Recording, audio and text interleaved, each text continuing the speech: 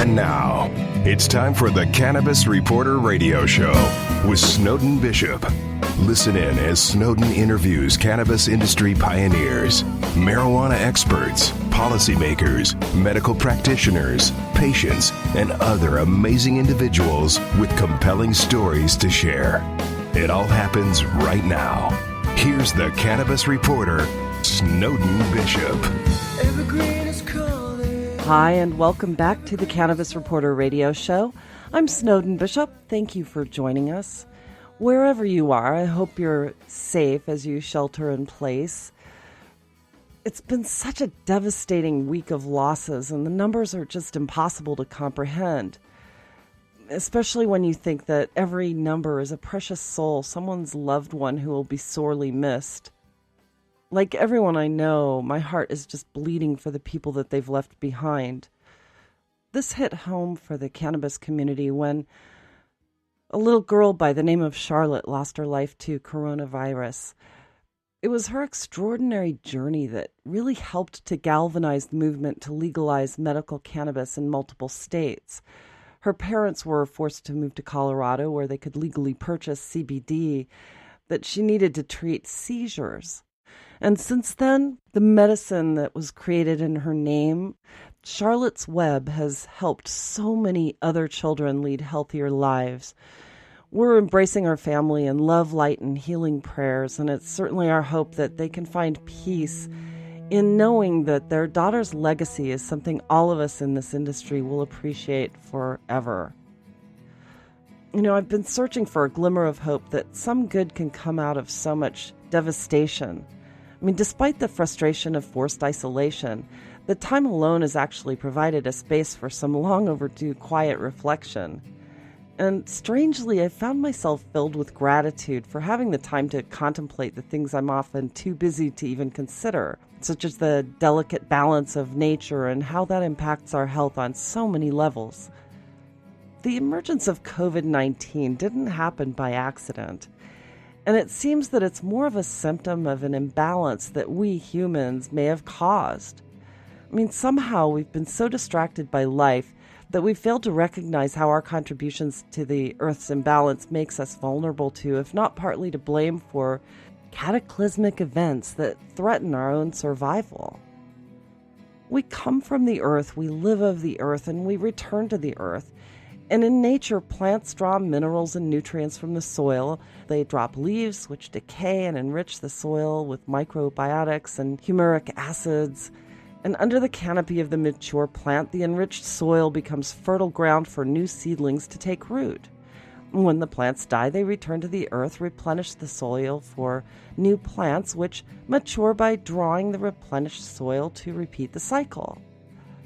That's a process of entropy, which has naturally occurred since the first vegetation appeared on Earth. Everything we consume, from the food that nourishes our body to the medicine we take to stay healthy, is the end result of what we put into and take from the Earth. Ever since the Industrial Revolution, humans have really interrupted that delicate balance.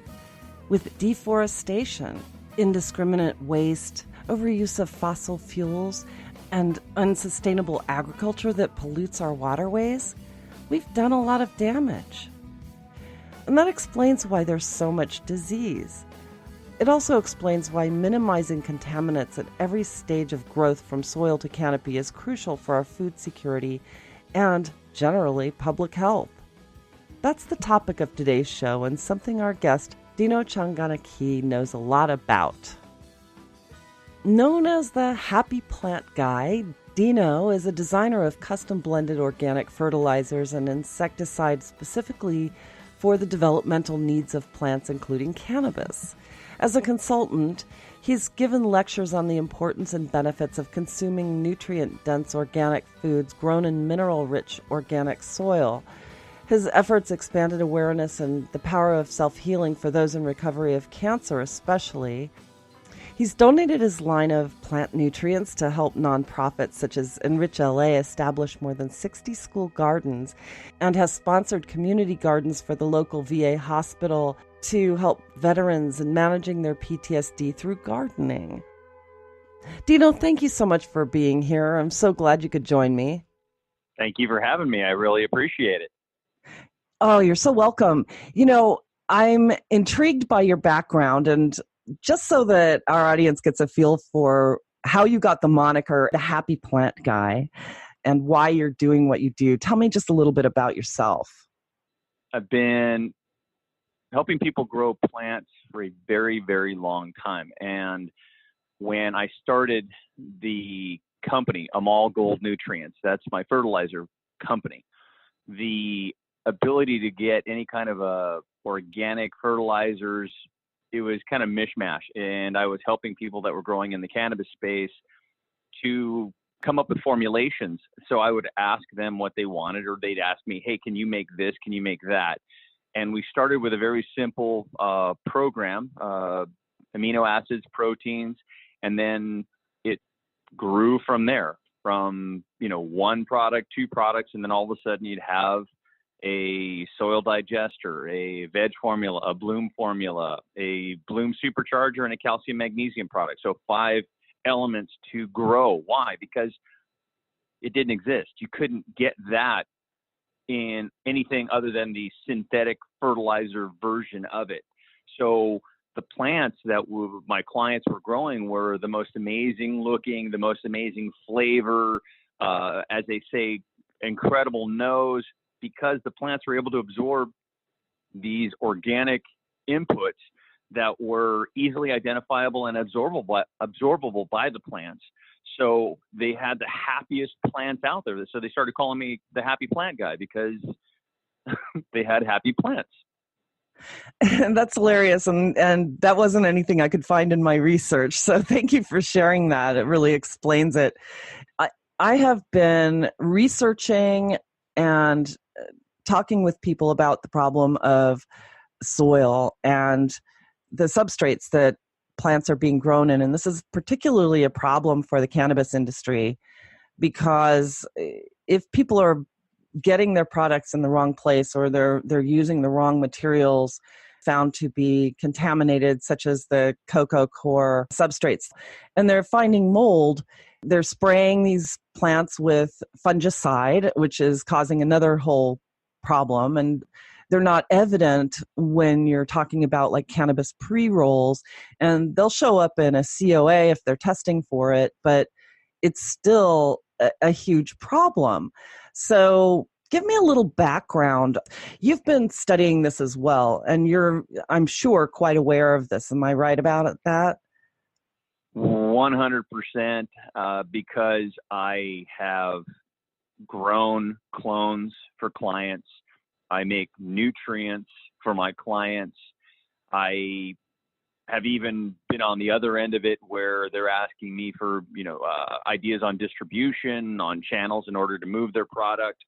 And my goal has always been the best medicine available, best medicine possible. And in order to go ahead and get the very best medicine possible, you have to make sure that all your inputs, whether you're talking about the coconut core, whether you're talking about the nutrients, whether you're talking about how you're finishing, how you're drying, all of these components, if you're not conscious of every aspect of it, you'll end up with problematic finished products. So if you're looking at the coconut core aspect, we did a deep dive testing everything out there, and what kept popping up was problems with fusarium and pythium, which, if you're in the growing game, leads to powdery mildew, it leads to root rot, root mush. And I'd have these phone calls come in from my clients, and they'd ask me, Dino, do you have something for this? And I would ask them, what is this that you're having? And they would tell me, describe it, and I would produce something to counteract that. So I have insecticide. I have a root insecticide that all organic. You put it on, the bad stuff goes away. But there was always the caveat: you do not put it on anything before you're looking at the intermediary phase going into your bloom, because it would end up on your flowers. And if it ends up on the flowers, then it contaminates the end product, because the cannabis plant is an absorptive plant. So anything that you're putting in at different stages gets sucked right through the roots, right into the plant. You don't want anything that's going to create a problem with the medicine that you're producing. So that is the reason why we were doing this research.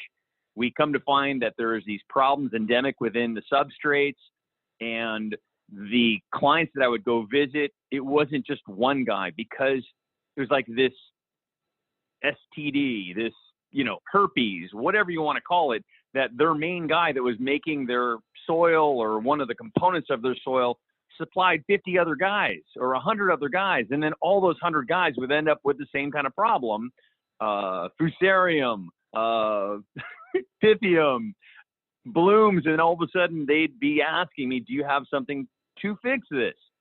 And we'd end up finding out after asking the growers, where'd you get your stuff? And then they would mention, oh, this person mixed that.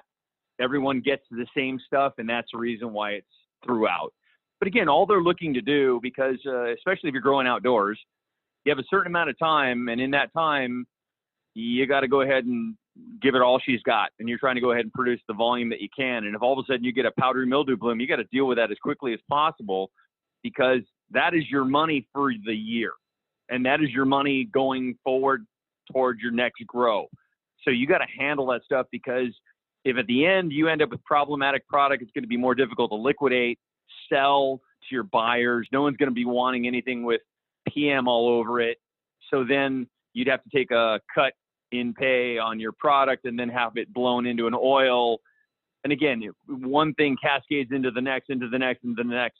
And that's the reason why we did all the research to tell our clients, you got to start out with the appropriate substrates that have the certificates of analysis, so you don't end up with these issues later on down the road. And it seems where you're going with this is very, very disturbing. And one of the things that has been a result of the problems with these substrates, and like you said, the cannabis plant seems to absorb everything even more than other crops might. I mean, it's a remedial plant, so it's almost cleansing soil as it goes. But when you say that you want to treat the inputs before the plant germinates or flowers, isn't the contaminated soil, whatever's been treated or whatever has been used to treat the soil, isn't that going to remain in the soil? And isn't it going to become part of the plant, even if the soil or the atmosphere around it has been treated with pesticides or even fungicides before the plant is producing flower? How do you get around that? I mean, how can the soil be cleaned in order not to cause these problems down the road when the flowers are actually blooming? Good question. The key with the MJ space, cannabis space, do no harm to the plant, to the soil, to your patients, to anything. So when I'm talking about a situation like fusarium outbreak or pythium outbreak, what you're dealing with can be something as simple as using clove oil or hydrogen peroxide, something that is not going to be toxic to the end patient. The problem is when you're finding these insecticides and fungicides that have these ingredients that have multiple names, that are multiple letters that you cannot possibly identify. You're not talking about eucalyptus oil. You're not talking about clove oil. You're not talking about oregano oil. You're talking about a broken down chemical chain formulation so that a company has a patent on it that they're then selling to you that will handle the problem, but you're ending up contaminating the soil. And because this is an absorptive plant, the plant is going to then uptake it through the roots, uptake it through the leaves, and it'll be endemic within the plant itself. So the key to everything is knowing what your inputs are made from, making sure that those components are organic components that can be easily broken down into the soil that will not contaminate or harm your soil, and make sure that it's not going to be something that when present with the plant is going to create issues later on.